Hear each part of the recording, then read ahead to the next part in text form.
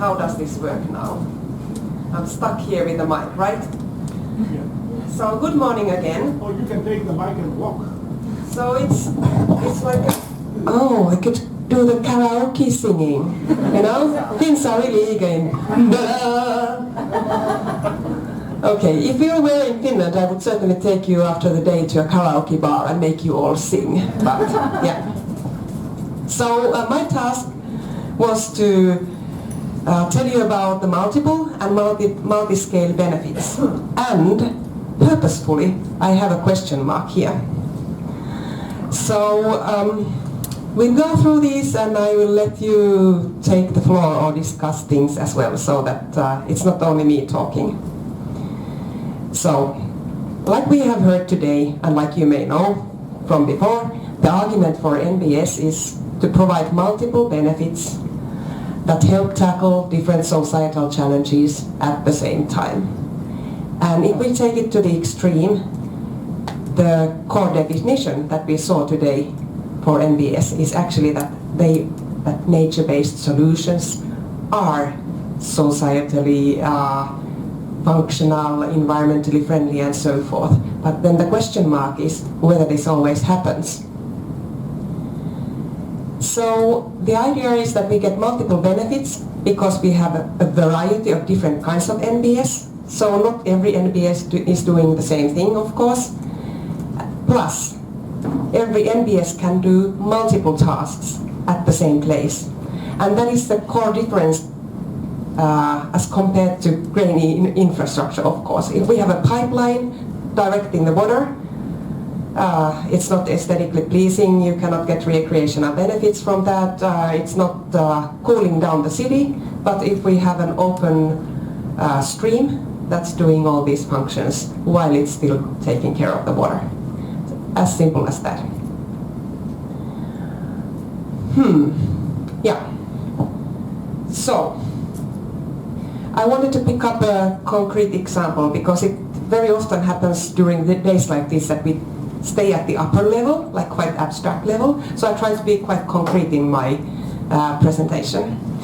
So this is an example from Sweden, Malmö, which is quite famous.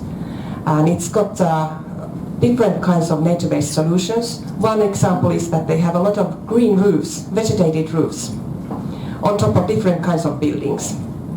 And they have dry and wet meadows, plus sedum-dominated vegetation. And the main targets are that it's unique green space for the residents.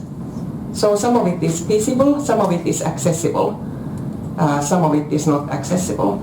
And the second important target is stormwater management.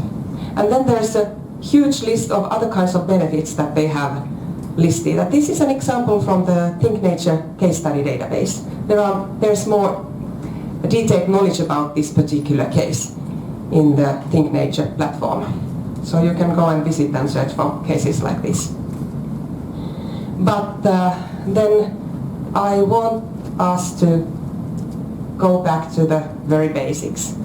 We have already visited many of the big challenges that we have today, or I would just call them problems sometimes. They are not only challenges, but they are like wicked problems really, like climate change. And one thing that hasn't come up too much yet today is the sixth extinction wave that is going on now. How many of you have read news about the sixth extinction wave? Are aware of that? Yeah, that's really funny that not even half in the classroom lifted their hand, because biologists, ecologists, nature conservationists say that it's even, or at least as big a crisis as the whole crisis of climate change, because by some forecasts, half of global vegetation may be threatened by 2050. And if we just think that we wear clothes that are based on vegetation, we eat medicine that is based on vegetation, on plants, we eat plants, or when we eat meat, the meat has eaten the plants most of the time.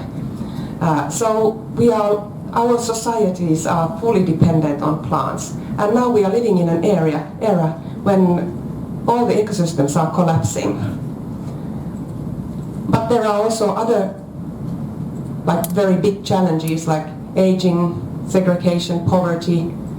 So I want you to take a moment during this presentation to think, when you go back home and try to implement your knowledge, then honestly, what is real sustainability in this situation? How can you work with NBS and really, really make a difference with them?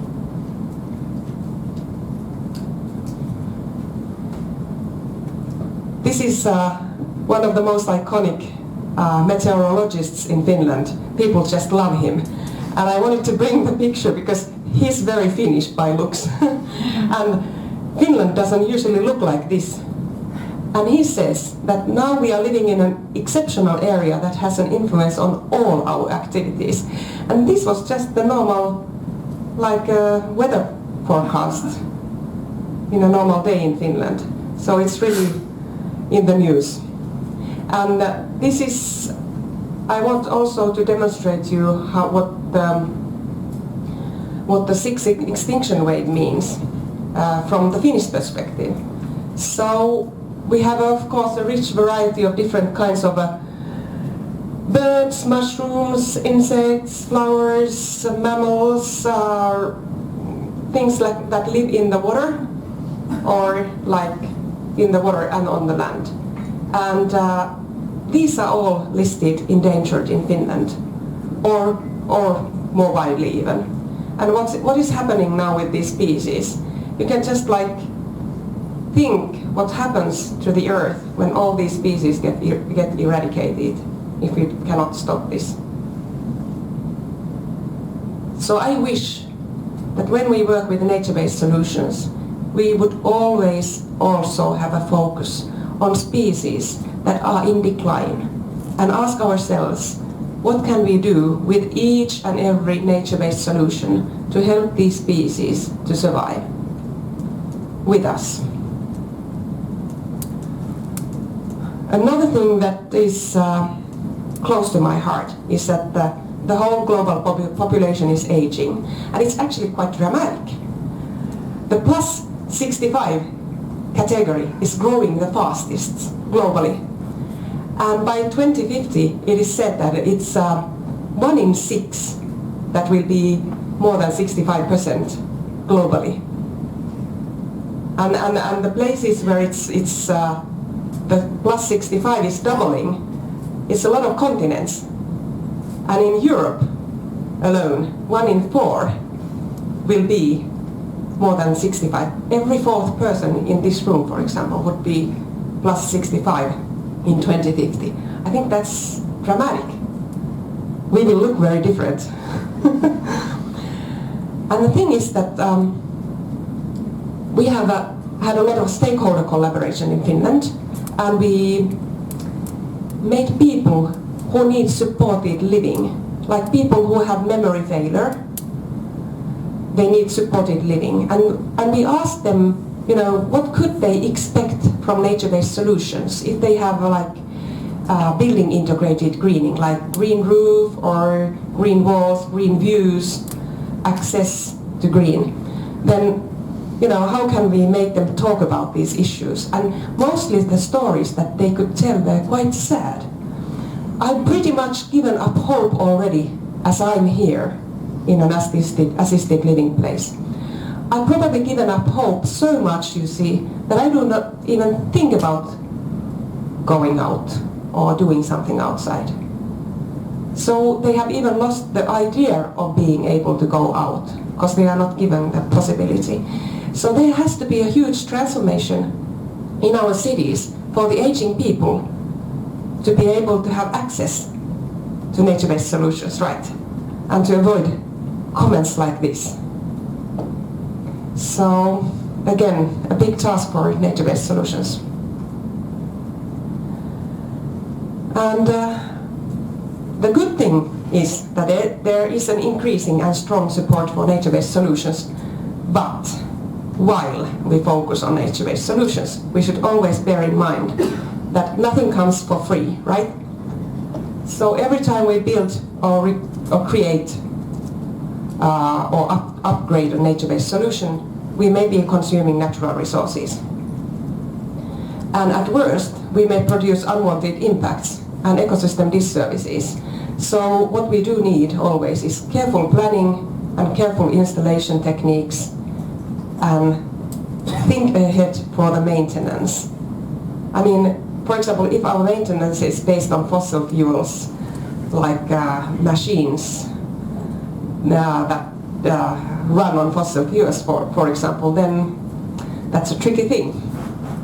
Or if our maintenance is based on having a lot of fertilizer input into the system, is that sustainable?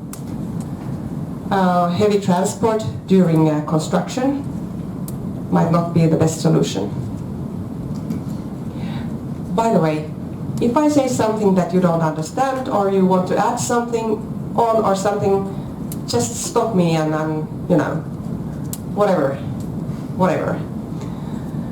So the important thing is to think of the life cycle of an NBS from the beginning to the end. Where do you source the materials? Where are they transported from? How does the construction phase look like? What is the use phase? What is the role of the management? And what is the end of life treatment? Is it demolition or recycling or dumping the waste? Or can it be part of the circular economy? We have run studies on the life cycle analysis, and I will show you later some more details about that. But let's just first take a glimpse at the big picture. Sara we will take you to the big picture later on more comprehensively, but I just wanted to point out to you that NBS are always implemented within a societal system, and when we are at the building phase, there's a lot of issues going on, like you have to think of the land use and energy consumption and natural resources consumption, where you extract the raw materials, how much you have to transport, what does the product manufacturing cost, and so forth. So always think of a system where it will lie. And then there is the issue of the scales. That somebody already mentioned the scales today, but the important issue is that there are different kinds of ecosystem services or challenges or approaches or even there may be even negative impacts at different scales. And I always say this very simple issue when I'm talking to people, that one of the critical issues for nature-based solutions is to improve the environment, right? Okay, so then the question is, do we want to do harm to the environment somewhere far away to get the local benefits?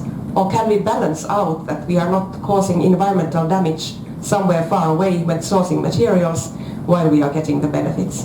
One simple example is that if we want to mitigate climate change impacts with nature-based solutions, then we shouldn't be using any techniques or materials that release carbon in the air, or at least the balance should be negative, so that we are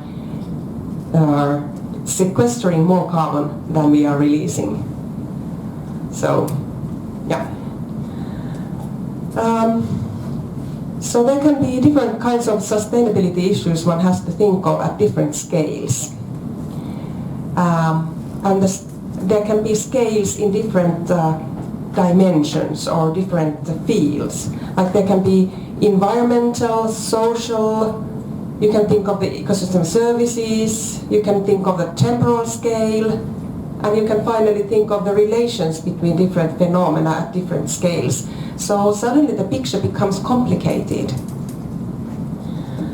But just to give you some examples about the environmental sustainability issues, is that you can focus on the building or the neighborhood that you are working with, but at the same time, if you think of the stormwater management, for example, at the building scale, then the question is, what is the neighborhood scale or the watershed scale? how much an impact does it have when I implement a nature-based solution here? Or does there have to be 100 nature-based solutions before it has an impact on the flooding or something like that, for example? Or if you think of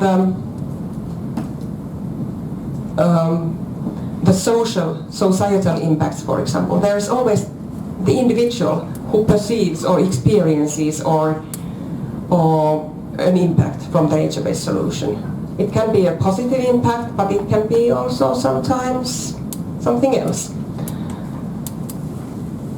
But there are also groups and the whole neighborhood may. For example, if you implement a lot of fancy nature-based solutions within a neighborhood, it may actually like upgrade the whole neighborhood to a new level and cause gentrification. There are examples in the world about that. Yes. So this is a piece of a table from the handbook, not the full table, but just to showcase you how you can use these tables. So here I listed some solutions that we are looking for with the nature-based solutions. And obviously then there are things you can do at for example, for the nutrition and food security, you can think regionally about the crops, the pastures, wild food collection, which is very trendy now, recently in Finland and in the Scandinavian countries at least. More locally, you can think of allotment gardens, edible forests, fishing sites, mushroom and berry picking and so forth. And then at the fine scale, you can think of planter boxes. For example, there's a fancy case in Turku, Finland, where the city just decided to give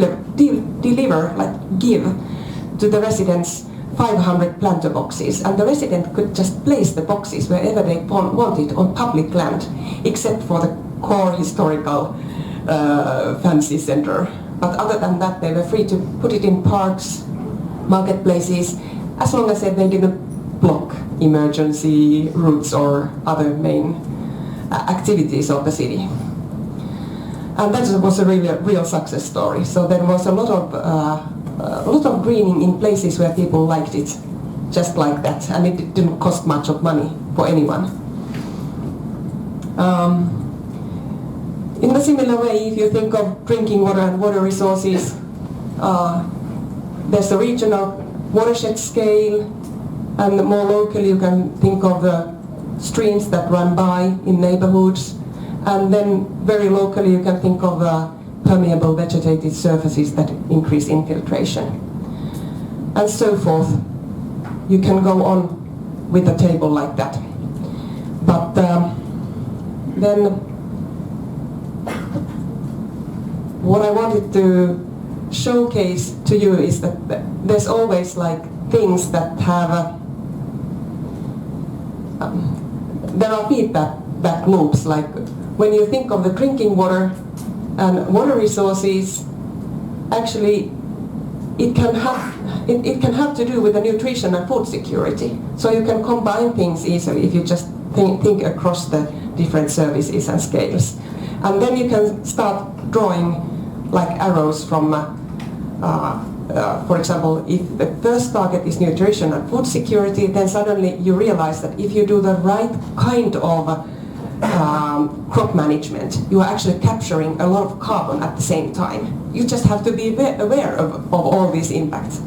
And the word just is so difficult because it's not easy to be aware of all the different kinds of impacts that go hand in hand.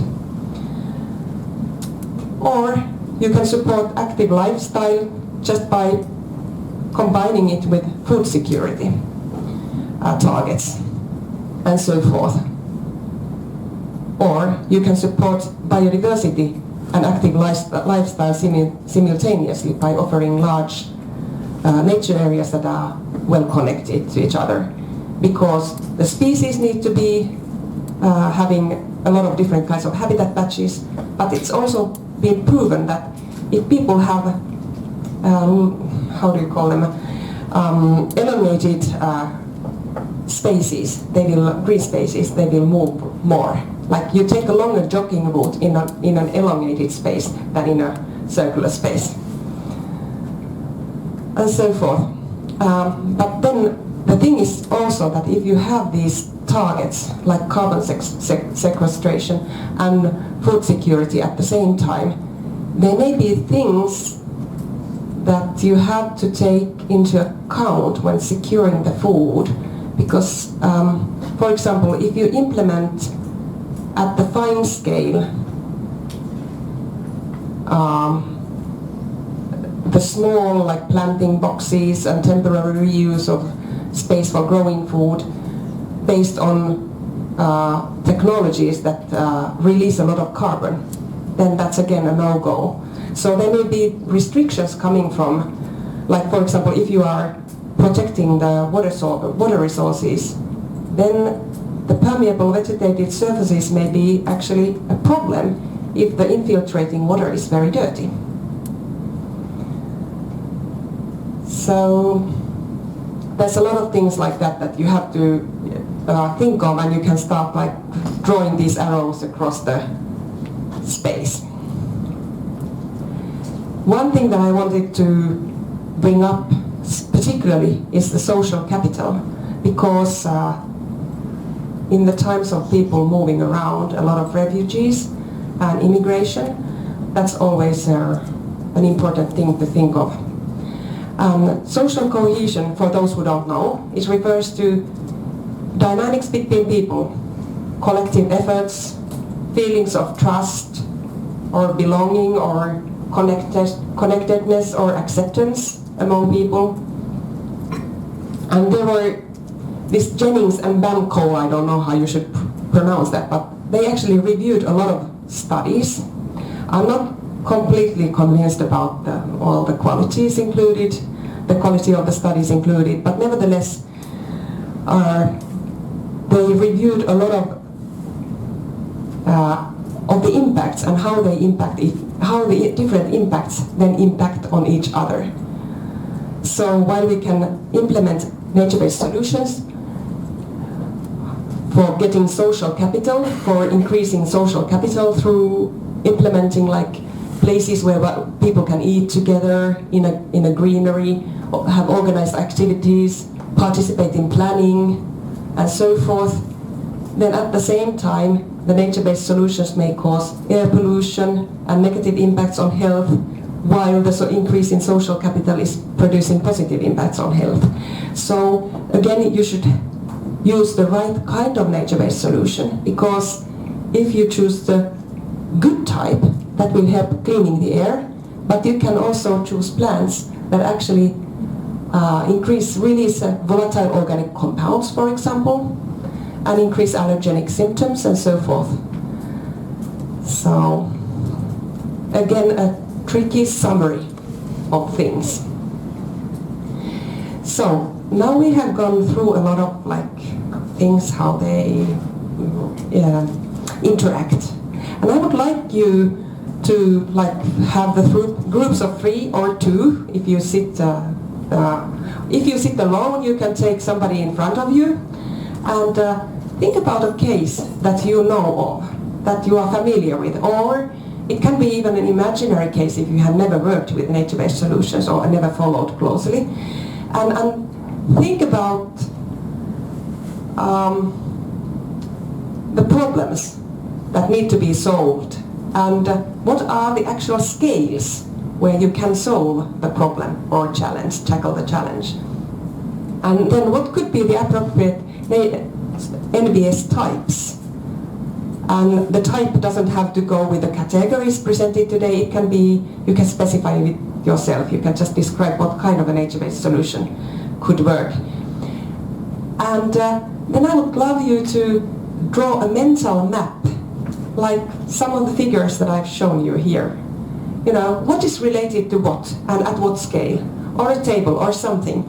And you can discuss with each other about how you do it. And let's say you have 3 minutes or something like that, or 5 minutes.